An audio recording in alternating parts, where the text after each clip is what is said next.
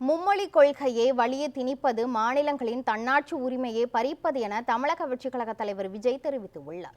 மத்திய அமைச்சர் தர்மேந்திர பிரதானின் மும்மொழி கொள்கை குறித்த கருத்து பெரும் சர்ச்சைக்குள்ளான நிலையில் மத்திய அரசுக்கு பல்வேறு அரசியல் தலைவர்கள் கண்டனம் தெரிவித்து வருகின்றனர். இதுகுறித்து தனது எக்ஸ்தல பக்கத்தில் பதிவை வெளியிட்டுள்ள தமிழக வெற்றிக் கழக தலைவர் விஜய், மும்மொழி கொள்கையை வலிய திணிப்பது மாநிலங்களின் தன்னாட்சி உரிமையை பறிப்பது என தெரிவித்துள்ளார்.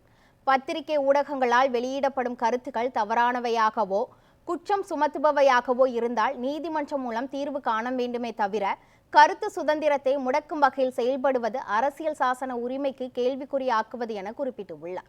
மேலும் பாசிச அணுகுமுறைகளை கையில் எடுப்பது மத்திய அரசாக இருந்தாலும் மாநில அரசாக இருந்தாலும் எதிர்ப்போம் எனவும் விஜய் தனது எக்ஸ் தளத்தில் உறுதியளித்துள்ளார்.